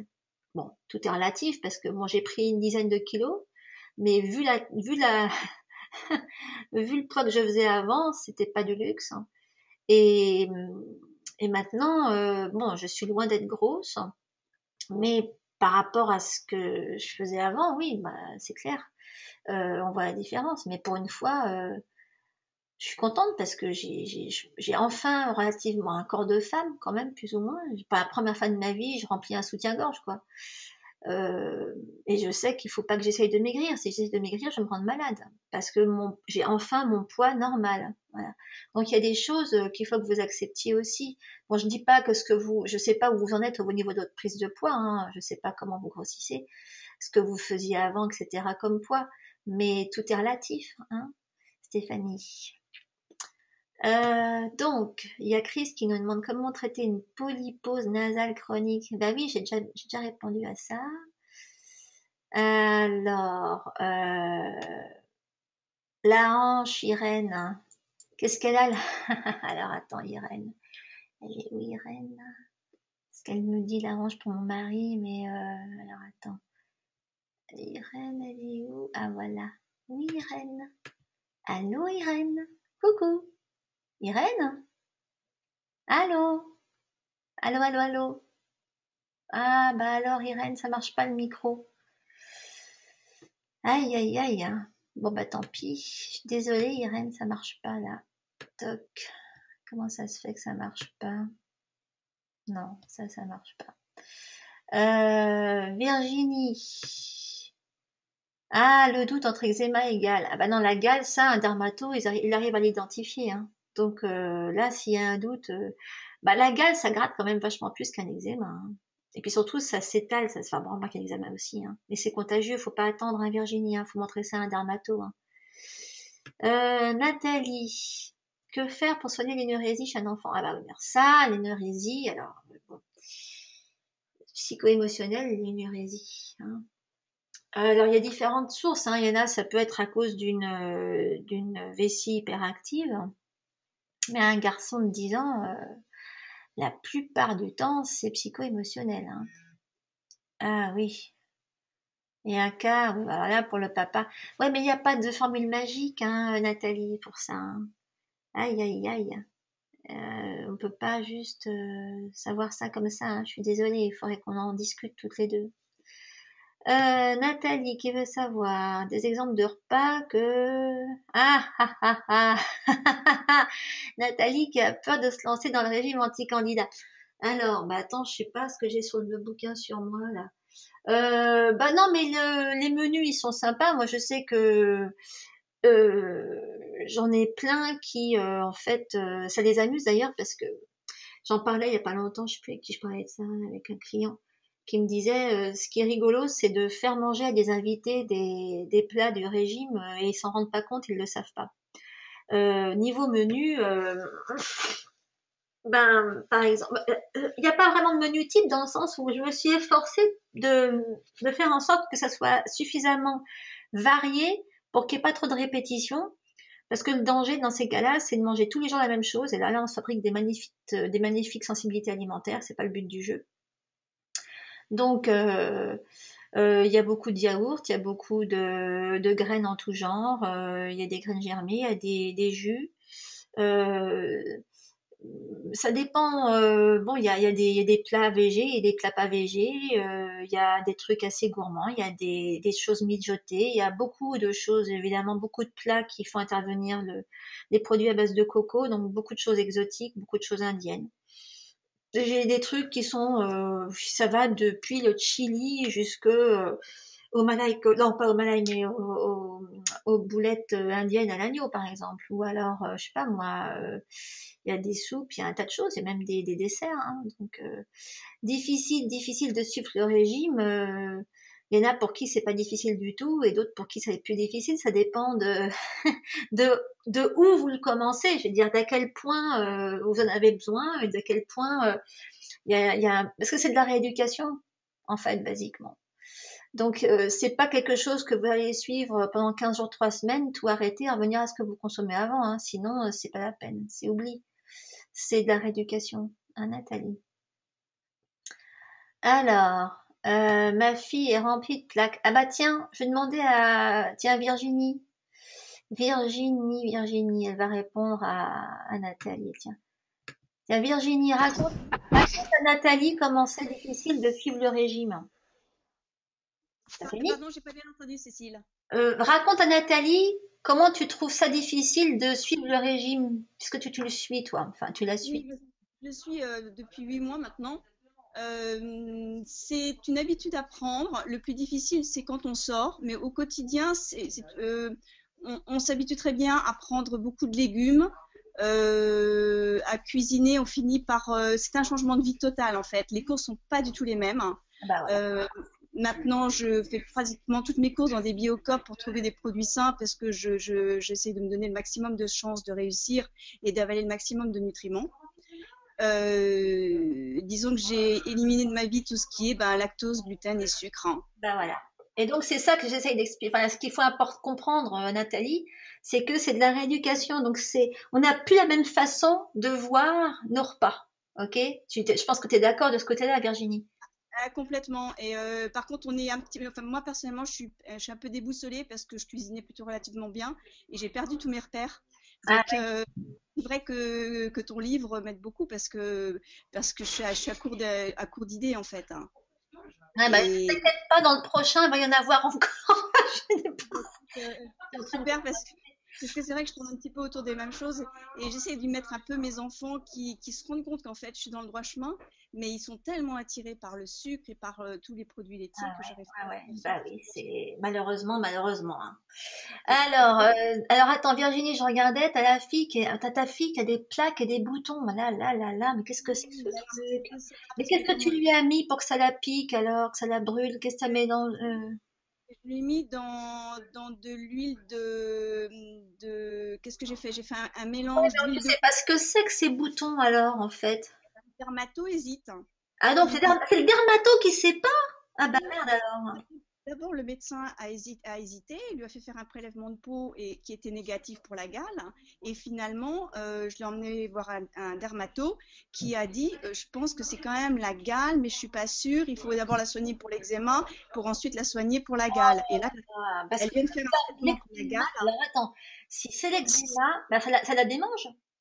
Ça la démange, et bien non seulement oui, ça la démange énormément, et elle a des plaques et des boutons, mais elle se gratte à sang et l'huile la brûle. Je sais plus Mais comment. c'est laquelle que t'as mis comme huile? C'est le mélange pour l'eczéma que tu lui mets? Oui, Parce que le oui, mélange pour l'eczéma, c'est surtout du gel d'aloe, hein. oui. Ben, je lui ai mis dans un macérat macérat huileux d'aloe. Ouais, non, mais l'aloe, il faut que tu le prennes sans huile parce que l'huile brûle. Donc, c'est pour ça que j'ai mis aloe, parce que l'aloe, c'est juste de l'eau, ok? D'accord, Tout ce qui va être huileux sur voilà, on met pas d'huile sur de l'eczéma, tu vois. Donc, il faut vraiment que ton aloe, ça soit vraiment aqueux, qu'il n'y ait pas d'huile dans l'histoire. ah, bah, c'est peut-être ça alors. Ouais. Et, J'ai mis du palmarosa. ah oui, oui, oui. Le palmarosa, ça brûle pas en plus, donc tu peux y aller. Par contre, pour les démangeaisons, tu lui rajoutes un petit. Alors maintenant, je sais pas, hein, mais en général, les eczémateux adorent quand on leur met de la menthe poivrée dans le mélange parce que ça calme instantanément les démangeaisons. Oui, Et c'est pour ça, il faut que tu mettes ça sur du gel d'aloe. d'accord. Menthe poivrée, palmarosa et puis Alors, du. attends, tu mets menthe poivrée, palmarosa, lavande aspic, tu peux rajouter du patchouli parce que c'est génial pour tous les problèmes de peau, faut en mettre systématiquement. Ah oui, je n'ai pas mis ça, effectivement. Ouais. Tu peux mettre, ah oui, il faut mettre de la lavande, de la camomille bleue, tu sais, l'allemande, là. Matricaire. Voilà, le Ok, matricaire. Ça, c'est obligatoire, c'est anti-inflammatoire au contact. Donc, d'accord. t'as la menthe poivrée qui est anti-grattage, la camomille bleue qui est anti-inflammatoire. Alors, en plus, ce qui est bien, c'est qu'avec tout ça, elles sont toutes tellement antibactériennes, antivirales et compagnie que si jamais c'est une gale, avec un peu de chance, ça le traite en même temps. D'accord. Et qu'est-ce que je veux dire? Et ça traite en même temps la candidose parce que j'arrive pas à lui faire faire le régime à Ah bah 100%. oui, parce que alors là, puisque t'as la camomille bleue, elle est antifongique, le palmarosa est antifongique, tu peux rajouter du tea tree, ça sera aussi ça fera un antifongique de plus, et en plus c'est bon pour la peau, c'est bon pour l'eczéma. Donc si tu rajoutes, voilà, tu te fais un mélange arbre à thé, menthe, un tout petit peu, tu le rajoutes à la dernière minute, la menthe, tu mets une goutte pour voir, et tu lui rajoutes goutte par goutte en fonction de ce qu'elle supporte. Parce qu'elle risque de te demander plus, hein. Tu verras si ça la brûle pas et si ça la soulage, tu peux lui en mettre plus. Donc c'est palmarosa, c'est antifongique, arbre à thé antifongique, camomille bleue antifongique, lavande d'aspic antifongique. Et je crois que ouais, le patchouli, je crois aussi que c'est antifongique d'ailleurs. Donc t'as que des antifongiques dans l'histoire. D'accord. et je peux lui préparer tout dans une grande bouteille Ah oui, tu lui en mets un paquet parce qu'il leur en faut beaucoup, hein. Moi, j'ai fait ça, j'avais un monsieur qui en avait partout sur le corps. Je lui préparais ça par quart de litre, hein. Ouais, c'est ça. T'as intérêt à Parce en que acheter beaucoup du gel d'aloe, hein. Mm. je lui ai préparé aussi dans un savon spécial pour peau fragile, mais Mais non, mais faut une pas fois. mouiller, hein. Le problème de l'eczéma, c'est qu'il faut pas mouiller, hein. Bah oui, mais ça fait Alors, mal il pour faut la que peau. tu la laves avec des hydrolats. Ah, ça va coûter la peau des yeux, ça. Il faut que tu trouves, ah oui, l'hydrolat de menthe poivrée. Ou l'hydrolat le moins, tu prends, ou alors si tu trouves de l'hydrolat de bleuet même, ou de lavande, ça sera moins cher que de l'immortel. Mais si tu mets du savon, si tu mouilles, Ah oui, parce qu'après la douche, elle est mal, très mal ah après la bah oui, douche. elle supporte pas l'eau, hein, tu peux pas lui mettre de l'eau, hein. Ouais. Oh là là, Ah là là là là là là. mais je pense qu'il y a les chocs psychologiques a dû lui faire du mal. Ben ouais, alors c'est pour ça, la lavande bleue, ça va aider de ce côté-là. À la limite, rajoute-lui aussi de l'acide si t'en as, Oui, parce que, ouais. bah, rajoute-lui un petit poil de ça va que lui faire du bien, D'accord. hein. À Ok. l'âme d'âme. Moi, tu me Merci. raconteras comment ça s'est passé. Ok. Merci pour cette Alors, il n'y a conversation. pas de quoi. Alors, il y a Brigitte qui nous dit, j'ai la candidose et ma nuque me gêne et j'ai des pertes d'attention, que dois-je prendre comme une essentielle? Eh bien oui, mais Brigitte, alors, euh, c'est vague tout ça, là, Brigitte. Les huiles essentielles, il faut prendre des huiles essentielles antifongiques, mais il y a plein de choses qu'il faut prendre en considération, hein. On va pas faire une étude de cas là maintenant là. Euh, Si vous avez mon bouquin sur la candidose, je donne beaucoup de choses par rapport à ça, hein. Il faut que vous essayiez un petit peu de tout, hein, entre le régime et les huiles, hein, Brigitte. De toute façon, pour tout ce qui est attention, pour vous faciliter l'attention, l'huile classique, c'est le romarin officinal, hein, que vous pouvez vaporiser là où vous travaillez, si ça peut vous aider à vous voilà, focuser un petit peu. Ok. Alors, Irène qui veut savoir pour un enfant de 7 ans qui n'a pas confiance en lui, aïe aïe aïe, ça c'est les reins, Irène. Il faut lui travailler les reins et le ventre, hein. Ah oui, mais ça, il y a pas de secret. Là, il y a tout un travail de désintoxication au niveau du ventre et il faut lui remonter les reins. Tout ça, je l'explique dans l'essentiel de l'équilibre, hein. Brigitte qui nous dit, j'ai une amie de 60 ans qui souffre oh là là, hémochromatose, de graves pertes osseuses. Oh là là. Ah, ouais, mais là, il faut que je lui parle, hein, Brigitte. Ça, je peux pas donner. Il y a pas. Voilà, elle prend des médicaments en plus, hein. Alors, puis il y a plein de choses émotionnelles à lui faire faire. Donc, toujours pareil, il y a de l'émotionnel à. Il n'y a pas un remède miracle dans ces cas-là. Il y a beaucoup de choses à prendre en considération, Brigitte, hein. Stéphanie qui veut savoir comment je fais pour maigrir alors elle a des kilos de trop. Bah Stéphanie, hein, on peut en discuter toutes les deux, hein, vous avez qu'à aller, vous avez droit à une consultation avec moi, on peut en parler et puis on peut aller voir de quoi il s'agit parce que là moi j'ai pas assez d'informations pour vous donner une solution. Ok. Euh, J'en sais rien si ça va se stabiliser une fois la détox finie. Je sais pas quelle est votre situation, Stéphanie. Nathalie, est-ce qu'il est difficile de faire accepter aux enfants? Ah bah oui, mais alors le régime anti-candidat aux enfants, j'ai fait une vidéo là-dessus. Il faut aller voir l'index des vidéos, hein, j'ai toute une vidéo exprès là-dessus, Nathalie. Josiane qui me dit... Ah, alors, elle se reconnaît quand elle m'entend dire que j'étais maigre et que j'avais... Bah oui, moi je suis une fille de danseuse, hein, donc pendant longtemps j'ai eu tout de la danseuse. Et donc elle se reconnaît. Euh, et donc elle veut me grossir, hein. Bah écoutez, Josiane, on a Skype, hein, si vous voulez en discuter, hein. Vous allez voir si vous pouvez commander une consultation gratuite en allant voir sur la page du coaching thérapeutique, hein, il y a tout dessus. Alors, Christelle qui veut savoir où est-ce qu'on met la cyste ou la rosoto. Les avant-bras, Christelle. Avant-bras et poitrine. Ok. Ok, alors Marité. Je connais une petite entreprise dans le sud de la France qui fait des hydrolats et bleuets. Et ben voilà, c'est très bien. Bah non, mais c'est génial, il faut, hein, hydrolat. Christian qui nous dit, j'ai une rougeur persistante dans le coin de l'œil droit. Aïe, aïe, aïe. Bah Christian, c'est bizarre ça. Ça pourrait être une forme d'orgelet, mais ça fait longtemps quand même. Depuis quand? Depuis septembre.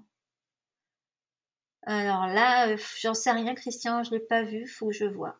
Je sais pas, faut montrer ça à un ophtalmo, hein, je pense. Hein. Alors, il y a Joanne qui nous dit, je suis intolérant au lactose, non, depuis 1 an et demi, j'ai changé mon mode de consommation radicalement, je commence à avoir une sensibilité faible. Ah,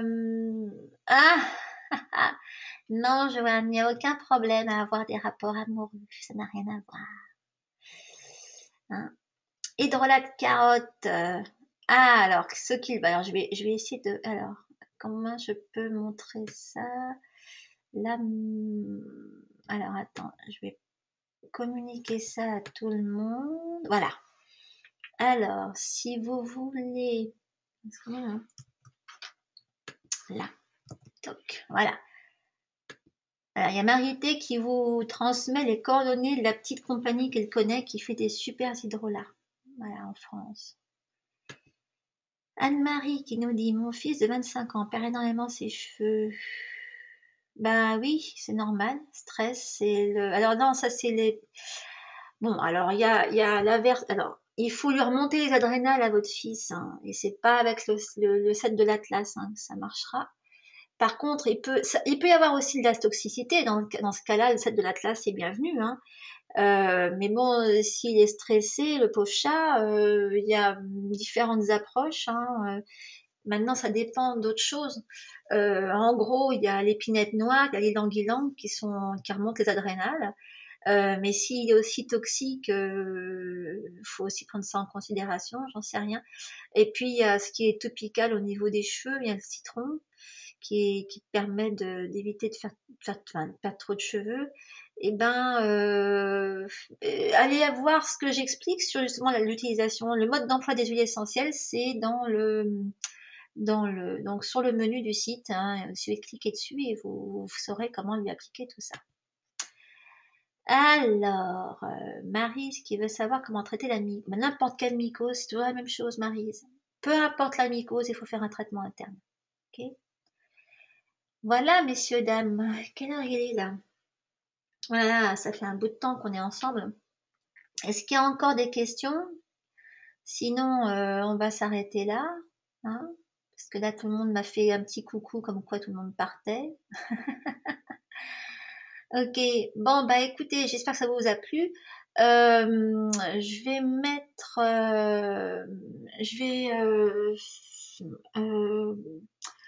mettre à disposition... Je crois que je vais envoyer une lettre dans ma newsletter où je vais mettre un lien pour que vous puissiez demander la vidéo et le PDF. Comme ça sera plus simple parce que comme ça j'aurai tout le monde sur la même page. Je pourrais vous envoyer ça. Hein, donc si vous avez donc pour recevoir toutes les informations que j'ai mis là-dedans, restez à l'affût. Je vais vous écrire ça dans les jours qui viennent. Hein. Je vous remercie tous d'avoir participé. C'était très gentil, j'étais ravie de pouvoir vous parler.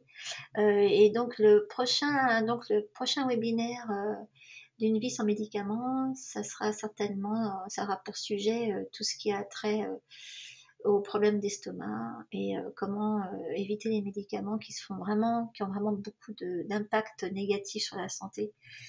Et voilà, je vous raconterai tout ça la prochaine fois. Alors, merci d'avoir participé. À très bientôt.